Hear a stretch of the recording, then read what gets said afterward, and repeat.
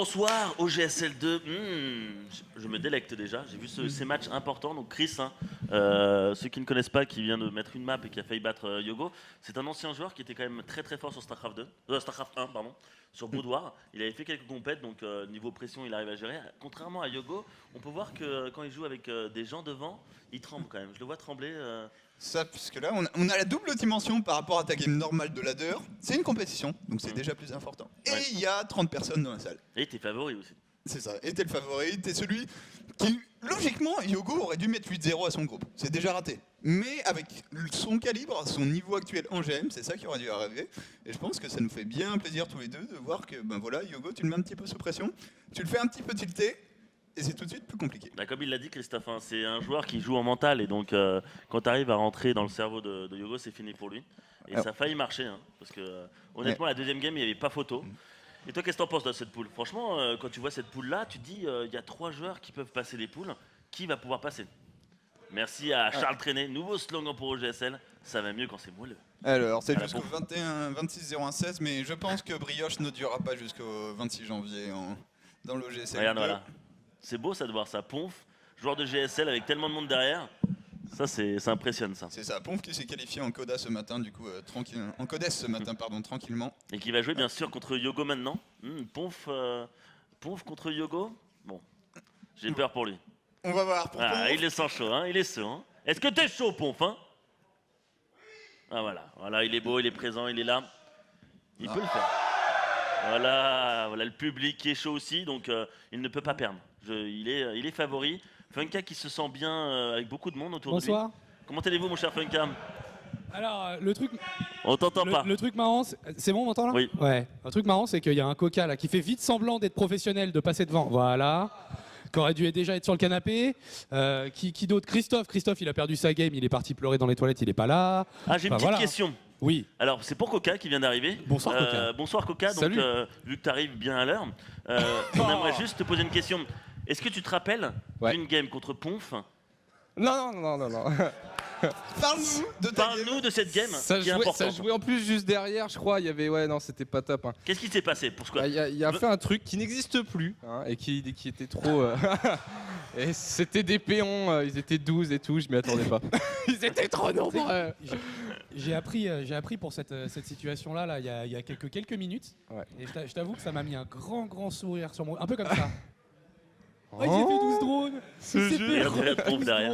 Le génie, le style. Mais en plus, je m'y attendais, mec. Tu sais, j'étais là en train de me dire, je fais, est-ce que je fais un supply dans mon wall en plus et tout, le désastre. Et là, il y a tout qui est arrivé et j'ai oublié en plus qu'on pouvait mettre les SI dans le CC, tu vois. Il y a des situations comme ça.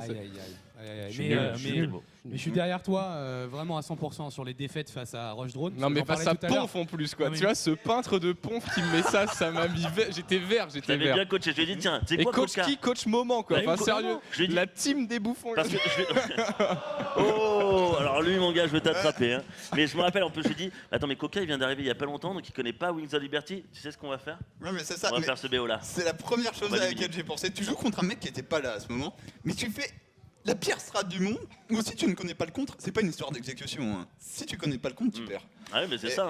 Tu prends la fight, t'as déjà perdu. En fait. Même Alex, même Funka, il s'est pris 3 fois mon BO. 2 ou 3 fois de suite. Voilà, 3 fois de suite, et il a ragé. Il m'a appelé sur Skype, il m'a insulté tous les noms d'oiseaux. Je connaissais pas des nouveaux noms, donc c'était magnifique. Et je l'avais fait aussi en finale de ESL Go Forcé de Monster contre, je crois que c'était un Terran, je crois que c'était Tarson, je l'avais fait. Ah, tu l'as fait à Tarson. Je l'ai fait à Tarson, mais je l'ai fait aussi avec pas mal de Terran qui étaient assez chauds. Et ça, c'est avec ce genre de BO que Moment forcerait un Yogo à abandonner un BO5 dès la première map. Ah bah ça c'est sûr. C'est ça. Il le sait, Est-ce que Moment vous dit pas? On attend leur ready. Est-ce qu'ils sont ready ces joueurs? Est-ce que ces 2 joueurs sont ready? Ponf et Yogo. Je pense qu'ils vont lancer le ready. Ils se positionnent. Ponf et ready, oui. Moment. Ce que tu dis pas par contre, c'est que t'aurais jamais fait ça à Tarson en LAN parce qu'il t'aurait probablement pété la gueule après. Bah non, si, je le fais. Parce que Tarson il fait flipper. Il fait flipper, mais tu le fais flipper, mais tu le connais. Finalement, il est super cool. Ouais, il est sympa, ouais. Il fait surtout peur. Moi, je me rappelle en LAN, le mec, il arrive dans ton dos. En plus, Tarson, pour ceux qui se rappellent pas trop, c'est un joueur Millennium polonais. Et alors, le mec fait genre 1m90, je dirais. Il est très très grand. Et le mec, on jouait une LAN, c'était dans le nord de la France, et il s'était déplacé et tout machin. Et il vient dans mon dos, il me tape sur l'épaule, je me retourne, je vois Tarson déjà, je suis un peu flippé, tu vois. Et il me fait « We should play ». Genre, ah bon? Ok, je host la game, vas-y, viens, on fait les vétos. Donc, non, je lui aurais jamais fait un drone rush à Tarson parce que je pense qu'il t'arrache la tête. Les deux joueurs qui ont l'air un petit peu ready, on a des informations. Et aussi, il y a aussi un joueur qui est quand même incroyable aussi, c'est Dimaga. Quand tu le vois, Dimaga, tu dis, oula, le mec il va te mettre une patate, le mec il doit vraiment genre, il doit tuer tout le monde dans son passage. Et en fait, c'est le mec le plus cool qui existe avec Whitera dans la scène, donc c'est magnifique. Et voilà, la game qui est lancée. Nous avons tout simplement de la neige partout. Nous avons en haut, à gauche, en bleu, de l'équipe Millennium, Yogo.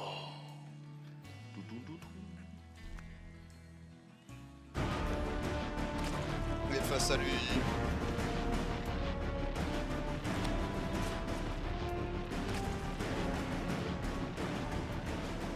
En bas à droite de la map, auteur d'un superbe double extractor trek, il s'agit de Ponf. Sous le sol de Superfeeder. Superfeeder, ce joueur que vous souhaitez tous avoir dans votre matchmaking. Mais bon, des fois qui fait du bon jeu quand même, il faut se le dire. Il y a des moments où il trouve des stratégies un peu salaces et qui surprend. Et c'est pour ça que tu vois un petit Yogo qui ne fait pas hatch first contre ce type d'adversaire. Il préfère faire pull assez tôt et en balancer 6 airlings pour tout simplement mener la danse. Quand tu es des joueurs, quand tu es vraiment favori et que tu es meilleur, c'est à toi de mener la danse et de montrer que tu peux pas lutter contre ça. Si tu laisses tout simplement un cheeser cheeser, tu peux te faire avoir. Et je suis même surpris de la part de Yogo qui est pas un gaz et qu'on soit pas en train de all-in, tout simplement. Bon. Non mais Oui. c'est bête à dire, mais je pense que sur des maps assez petites comme Terre de Prion, en ZVZ, si tu es meilleur et que tu choisis de faire vraiment genre 14 poules, 13 gaz et speedling, speedling, belling, je pense que tu tues n'importe qui est moins bon que toi. On va voir en tout cas si Ponf arrive à se défendre ici. Parce qu'il mine de rien, il y a déjà quelques airlings. Mais Ponf qui fait carrément une spine qui joue tellement défensive, il a vu ses airlings, il sait pas ce qui lui arrive dans la gueule, donc il se positionne une spine, il y a des airlings qui sortent, cette spine n'est pas vraiment nécessaire parce qu'au moment où la spine va être détruite, va être sortie, il y aura ses airlings et sa queen. Donc bon après il la joue vraiment défensive parce que quand tu as cette spine, tu pourras la mettre sur la BD sur un drone qui tombe. Chaque drone s'approche de la victoire pour Yogo parce que là, tu vois les airlings sont là, ils sont en train de prendre l'information, il dit ok, t'as pas récolté de gaz, tu fais une spine, bon bah c'est parfait, hein. Moi je prends ma B2 et je fais quelques drones et je me fais plaisir. C'est ça, tu as bien dit, hein. Le gaz qui a été posé mais pas utilisé pour un Ponf qui se retrouve du coup avec un peu moins d'armée, autant de drones, il n'y a pas le feu pour Ponf. Certes il a payé sa spine, il a le mérite d'être toujours en vie pour l'instant. Maintenant... Il a perdu qu'un drone, c'est bien. J'ai envie de dire pour Ponf, quand tu joues face à Yogo, c'est le moment où il faut proposer quelque chose. Faut à la fois que ça soit ultra agressif pour plier la game le plus tôt possible et que ça soit improbable. Il s'agit pas de faire le meilleur cheese à la mode ou quoi que ce soit, il s'agit de faire un truc pété qui a un bottom chance de réussite. Surtout dans Zerg, c'est des airlings, des airling banding peut-être, des roches assez tôt. Et là regarde, tu vois Yogo, il a quand même peur, il regarde, il s'informe, il dit ok qu'est-ce qu'il a, la spine est là donc c'est-à-dire qu'il joue défensif, c'est-à-dire qu'il va pas jouer agressif direct. Moi pour l'instant qu'est-ce que je fais? Bah, je fais des queens, je fais des drones et j'amasse mon économie. Derrière, vu qu'il n'était pas parti sur gaz, il a fait double gaz rapidos, voilà les airlings qui vont se faire avoir mais qui vont réussir à monter et à dire ok, donc t'as récolté 111 de gaz, je sais exactement ce qui se passe, t'as toujours pas le speed airling, je suis bien.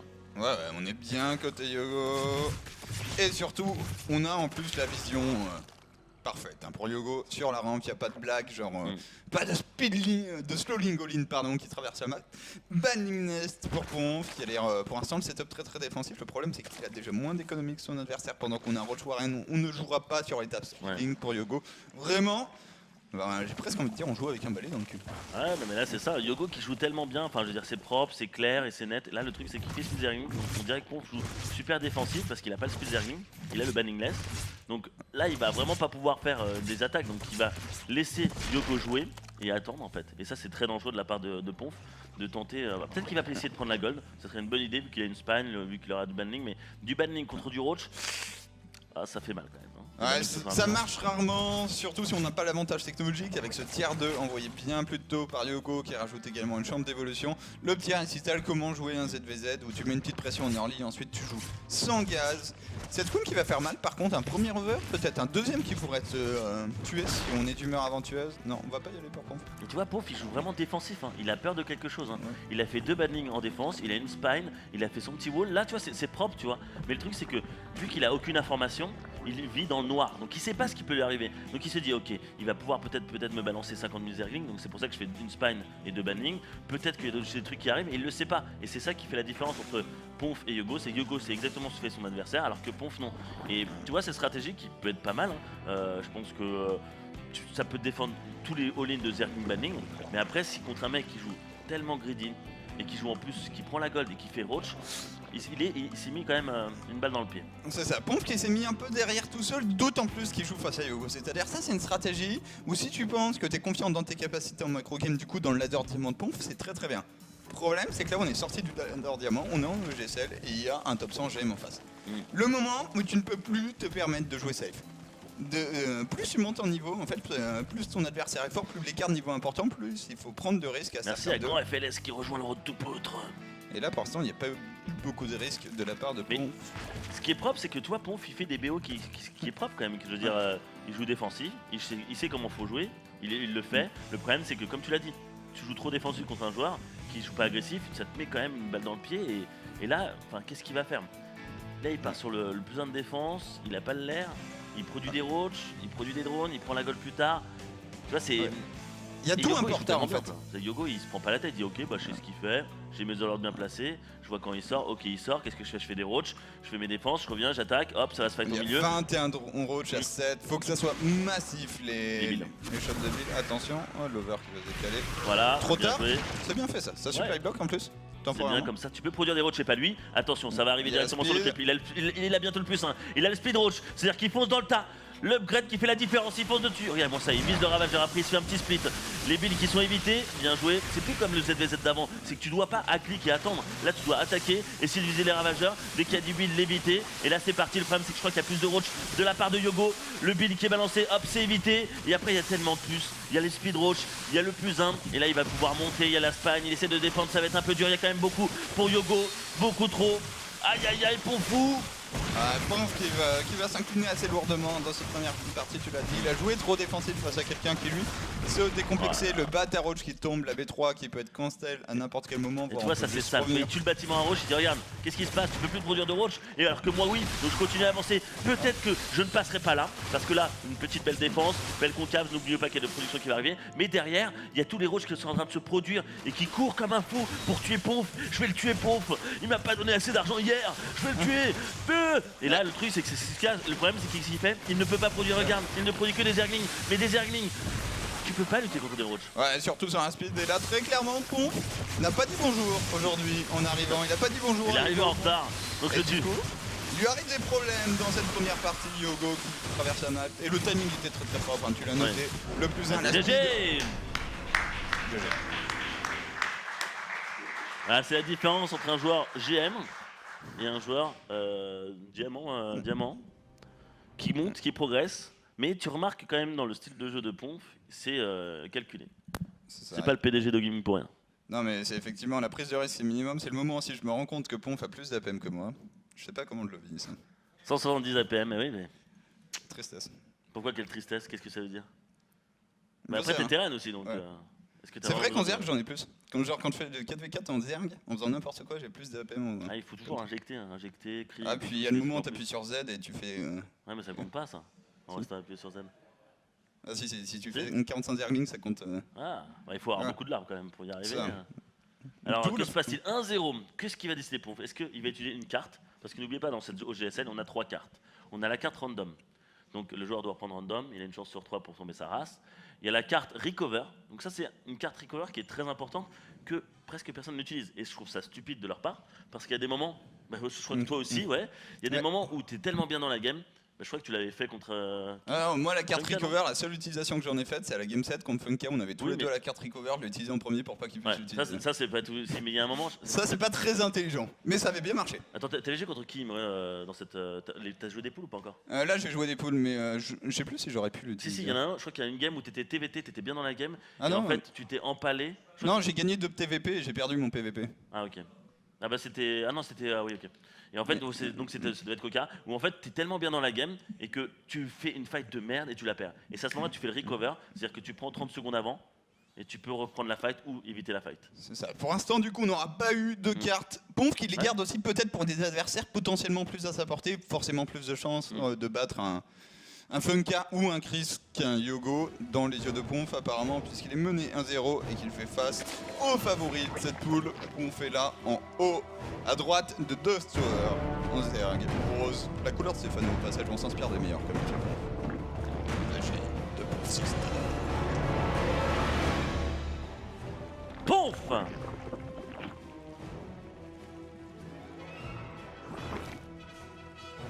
Clavier de Funka qui quand même fait preuve de tendance libertine. Et en bas à gauche de Dusk Tower, de l'équipe Millennium, le favori de cette poule, qui tremble un peu, il est bleu, il est zerg, Yogo. Dr Yogo. Et donc, la dernière carte aussi, c'est l'Arc en mode, que tu appelles un ami, et qui vient t'aider. Je dirais celle qui a le plus de potentiel, à condition de l'avoir préparée. Il ne s'agit pas de faire énormément de games, mais il s'agit de faire la dizaine de games avec ton poteau qui t'assure que tu vas pas te manger tes unités. Ça nous était arrivé beaucoup avec Aeromi où voilà, on utilise un peu F2 tous les deux. Et t'as pas le droit en Archon. C'est juste interdit. Genre, la touche, tu l'enlèves, tu arraches ta touche, tu enlèves la hotkey. Tu la caches sur ton écran, mais t'as vraiment pas le droit d'être dessus. En tout cas, là par contre, on a un Ponf qui, dans cette partie, est parti super agressif. Et est-ce que c'est pas le meilleur scénario avec Latch ici pour réussir? Ouais, ce serait une bonne idée. Le truc, c'est qu'il refait des drones encore. Ah oui. Là, sur cette map qui est extrêmement grande, en plus la pente de la B2, donc qui est la B3, est extrêmement grande, il pourrait agresser et faire mal. Le truc, c'est qu'il refait des drones alors qu'il devrait continuer à faire des zerglings et bandingless. On va voir ce que ça va donner. Je pense qu'il n'est pas vraiment parti sur un gros all-in. Il est 22 sur 22, il a oublié l'Overlord, c'est très dangereux. Donc, alors ce BO là qui est en train de faire Ponf, vous, chez vous, vous pouvez le faire, mais il faut bien micro. C'est Gaz 14, Pool 14, Overlord, tu fais 2 drones après l'Overlord et après tu fais que des zerglings. Quand tu as 100 de gaz, tu fais direct ton... donc c'est à dire que quand ta pool va sortir, tu vas faire ta queen et ton speed zergling. Et derrière, dès que tu as ton 50 de gaz, tu fais ton bandingless. Là, le souci c'est qu'il vient de s'en apercevoir qu'il a oublié l'Overlord et donc il va être bloqué. Il a tous ces larves qui auraient dû être des zerglings et il devait déjà être chez lui. Donc là, ça va être dur. Ah, c'est dommage, Ponf là. La petite erreur d'exécution qui met en péril un très bon choix de build order. La deuxième petite chose à noter, il faut essayer au maximum, mais ça demande quand même un bon niveau de jeu, d'éviter les overlords de votre adversaire. Ouais. Plus longtemps tu caches, plus la blague est drôle. Et là, on se retrouve avec un Yogo qui prend une fight, mais il a déjà plus de zergling, Yogo, sur le terrain. C'est tellement bon pour lui. C'est dommage, il doit reculer, attendre ses poteaux, mais c'est le problème, c'est quand tu oublies un overlord, c'est très dangereux. Et ça, c'est un BO qui est très cheesy all-in, mais tu dois rien rater. Rien. Et là, quand tu perds l'Overlord, c'est limite la game. Attention quand même. Faut noter qu'il y a eu un petit out micro. Merci à Riton des Lions. Riton des Lions qui rejoint des potes. Et là, c'est parti. Les zerglings qui vont arriver. Là, tu vois des zerglings un peu partout dans la map. Alors là, je ne sais pas pourquoi. Et il s'est dit que c'est Ponf, il est en train de me brain, il envoie des zerglings. Non, c'est-à-dire que là, tous tes zerglings sont très loin de chez toi et tu peux te faire mal. Mais il peut mourir à cause de ça. Il y a la speed pour Ponf. Qui a haute micro Yogo. Il y a les 2 bannings de Yogo qui peuvent faire aussi la différence. Ah mais là ça monte. Ça monte et tu ramènes tous tes bannings ensuite. Non, attention les 2 bannings qui partent. Non. Oh la vache. Non. Et voilà ce qui se passe dans cette game. C'était une bonne idée mais tu perds 5 bannings. Là il y a les 2 bannings qui ne sont pas continués, ont été perdus puisqu'ils ont fait leur vol. Oh la tristesse. Ah c'est triste parce que c'était un bon move. Le problème c'est quand t'as trop de bannings, il faut que tu les splits de 2 par 2 par 2. Et tu les mets en train mais genre assez éloignés pour pas que 2 bannings pètent 6 bannings. Et là ça a fait la différence. Maintenant on est à Yogo qui a 2 bases contre Ponf à une seule base. Et là il va se faire agresser du début à la fin parce qu'il y aura plus de larmes, il y aura plus de thunes. Ça va être très dangereux de la part de Ponf qui va peut-être prendre cher. C'est ça. Ponf là va falloir à son tour à haute micro son adversaire. Trop de bannings, il y a trop de bannings. Regardez-moi ça. Et il y a le petit train dont tu parlais. Même pas. C'est que ça fait les affaires. Ah, pas comme ça. Attention, les bannings pas en voilà, là il est en train de le faire en plein. Ok, ça c'est pas mal. Alors, les bannings qui trouve pas ça il y a commence à avoir tous les bannings qui vont arriver directement sur les drones. La queen qui tombe sur des queens. C'est parti, tous les drones qui vont exploser. Attention. Oh là. Ça fait tellement mal. Et là, voilà. À partir de là, il y a trop de zerglings qui viennent sur toi. Tes queens qui tombent, tes drones qui tombent. Et c'est GG easy. Dommage pour Ponf parce que c'était une bonne idée, mais l'exécution n'était pas là. C'est dommage. Donc 2-0 pour Yogo. Yogo qui s'approche de plus en plus vers la porte du numéro 1 de cette poule. Derrière, il lui reste 2 matchs. Il lui reste Funka qui sera aujourd'hui et Chips et Noah qui sera un autre jour. Je pense qu'il y aura une journée Chips et Noah qui va devoir rouler sur tout le monde ou se faire rouler bien sûr. Ouais, il y aura une journée souillage de League of Legends sur Eurogaming StarCraft 2, je pense, puisque pour apprécier le skill de nos commentateurs de MOBA favoris. Attention, pour le coup, c'est pareil. Faut faire attention aux gens dont on n'entend pas parler. T'es pas à l'abri des 200 games planqués. Oui, surtout. Un Cleaner, pour le coup, on le savait. Ouais, ça, Cleaner, on savait. Moi, je savais qu'il pouvait faire des bons résultats. Après, je sais que de la part de Chips et Noah, on peut voir les poules là, que Chips et Noah, ils s'entraînent pas, mais quand ils vont savoir quand c'est, je sais que Noah, il va s'entraîner. Donc, il est pas mauvais à Noah. Je pense qu'il est peut-être proche du diamant. C'est ça. Presque le problème de Noah, ça va être son partenaire. Ouais. Va falloir trouver une formule dans l'Archon qui pervienne d'exploiter les forces et les faiblesses de chacun, voir les forces de Noah et les faiblesses de Chips. J'ai une question. Alors, c'est une question technique. Dans le groupe de Coca, qui s'est fini, donc vous pouvez le voir en bas à droite, c'est le groupe Coca qui s'est fini. Donc Coca premier, qui est le deuxième finalement? Parce que vu qu'il y a des ex-aequo entre Aeromi, Elki et Kevin, Cyril, donc je pense qu'il y a des maps. Alors, je veux pas m'avancer, on confirmera ça plus tard dans la soirée, mais normalement, Elki s'en sort. C'est vrai? Ce serait énorme. C'était ce dont on avait parlé. Par rapport aux poules, etc. Parce qu'en fait, tu fais un triple head-to-head, du coup, et tu regardes ensuite le map score dans ce triple head-to-head, donc en éliminant en fait les games de Coca et Diata, tu fais comme si elles n'existaient plus, tu refais une poule, et là, normalement, c'était Elki qui s'en sortait. On t'entend pas. On t'entend pas. Ah.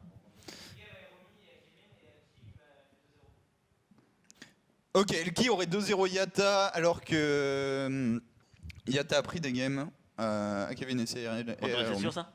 Bah, il vient de nous le dire. Donc c'est Elki qui passe? Normalement c'est Elki. Okay. Bon, normalement, on aime bien les normalement, donc après il y aura peut-être une surprise, mais ça serait vraiment magnifique de voir Elki se qualifier alors qu'il s'est entraîné pas beaucoup. Donc on peut voir quand même, n'oublions pas que Elki c'était le numéro le numéro 1. Et voilà, maintenant on a tout simplement ceux qui ont perdu et ceux qui ont gagné. Vous nous entendez les gars? Oui, on vous entend. Ok. Habile. Coca, à qui on passe la parole en premier? Alors comment s'est passée ta game, Coca? Ma game Coca? C'est ça ce qu'il a dit? Ouais, celle sur Step ce soir. Ponf, microphone, maintenant tout de suite. Allez, vas-y, interview de Ponf. Comment tu l'as ressenti, Ponf? Est-ce que ça s'est passé comme prévu? Il n'y avait pas de gravier, donc Il n'y a pas de gravier. C'était une bonne partie StarCraft. As expected. Non, au-dessus, Hugo, au-dessus, bien sûr.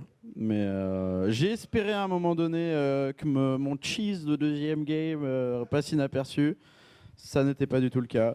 Bah en fait, je sais que les Overlords donnent la vision, hein, c'est un petit tip. C'est ça que j'avais oublié. Il y a un point important où ton BO était pas mal, franchement il était meilleur que celui de Hugo, sauf que t'as oublié un Overlord et cet Overlord était cher quoi. C'est dommage. Mais bon. Et Yogo, mon petit Yogo, comment c'est passé pour toi? Là, tu dis que ce que je fais c'est de la merde, donc ça me plaît pas. Bah après ce qui est vrai. Alors, ouais, ce que tu veux. Non, mais franchement, la première map, elle était sympa parce que, au final, on était. Franchement, j'ai regardé même les courbes, les stats et tout ça, et j'avais très peu d'avance sur la game. Donc, on peut dire pas mal pour un dit avant. Mais non, franchement, il y avait beaucoup d'édits, quoi. Il est drogué. On a un drogué. Mais je prends ton compliment. Non, mais s'il n'y a pas l'overreact en début de partie sur le pool 12, en fait, la partie, elle est complètement even. Donc après, faut. Tu trouves que j'ai overreact? De quoi? Tu trouves que j'ai overreact? Mais il y a la Spagne, enfin t'es parti pool first, t'as l'ouvrier qui est là, qui check et tu mets la Spagne pour rien quoi. Enfin, t'as vu tes Zerglings sont sortis, tu m'as badge direct et... Non, t'aurais pu... voilà, les Zerglings que t'as fait, ça aurait pu être genre 5 drones et t'étais large. Moi je veux juste dire un truc, c'est 2 fois il y a eu micro Zergling contre Zergling et Ponf t'as out micro. On parle d'un Zergling de différence, hein, ce qui va vraiment pas changer la game, mais quand même. Il m'a micro rien du tout, il a le speed. Non, j'explique. Il a le speedling, il est sur une base, je suis sur 2. Mon but est de trade. Si je trade, même sur les débuts de fight, même si je lui donne 2 Zerglings pour en tuer qu'un, si je diminue son nombre de Zerglings, après, s'il se met à lancer des belles lignes, il se retrouve à 0 de Zerglings, parce que j'ai plus de prod. Personne n'est dupe. Mon but, c'est d'aller trade. Mon but, c'est d'aller trade, c'est d'aller le taper. Je m'en fous si je peux votre micro, j'ai pas le speedling, je peux pas l'autre micro, il a le speed. Tu t'es très bien défendu, Hugo. Voilà. Il n'y a aucun problème là-dessus. À quel moment? Au moment où tu perds 3 Zerglings, contre 2 alors que t'en as 10 contre 8. C'est pas grave, Hugo. Et alors T'as failli montrer du bon jeu, mais les pompes étaient meilleurs. Il est où le bilan? Il est où? À la fin, j'ai 30 lignes, il en a 2. C'est qui a raison? Hugo qui commence l'interview tout tranquille. Non, je suis plus fort que ça. Et à ce moment, il y a le kill. Moi, tout ce que je dis, c'est que certes, il y a la poule. Mais ensuite, je vais voir un moment Yogo. Parce que, après avoir vu la détresse dans les yeux de Todd... Ah non. Je sais pas qui je dois soudoyer, mais je paie pour pas... Enfin, si je dois passer, déjà, je veux pas de moment dans le bracket. Ok. Exactement. Ça me fait tellement marrer parce que, tu sais que quand je suis rentré chez moi, j'ai regardé la VOD parce que je savais que vous êtes des pauvres connards comme commentateurs. Il faut être honnête, hein. Mais ils m'ont tellement craché dessus, ces enculés. Mais j'ai tellement... j'ai tellement pris cher. J'écoutais et je dis, mais ils disent quoi, ces enculés? Une grosse merde, je sais pas jouer, mais c'est quoi ce bordel? Ils ont dit tout ça. Mais après, quand je les ai battus, ils ont dit, oh putain, mais en fait, il est fort. Merde, en fait, qu'est-ce qui se passe? Je veux pas le jouer. Bah, tu sais quoi? Tout le monde là, je vais tous vous rouler dessus. Et j'espère, je vais payer pour que je tombe Yogo, Funka, Coca, tous les 4 là. Les 4 qui m'ont craché dessus comme des... Ah ouais, t'inquiète pas, coquin. T'inquiète pas.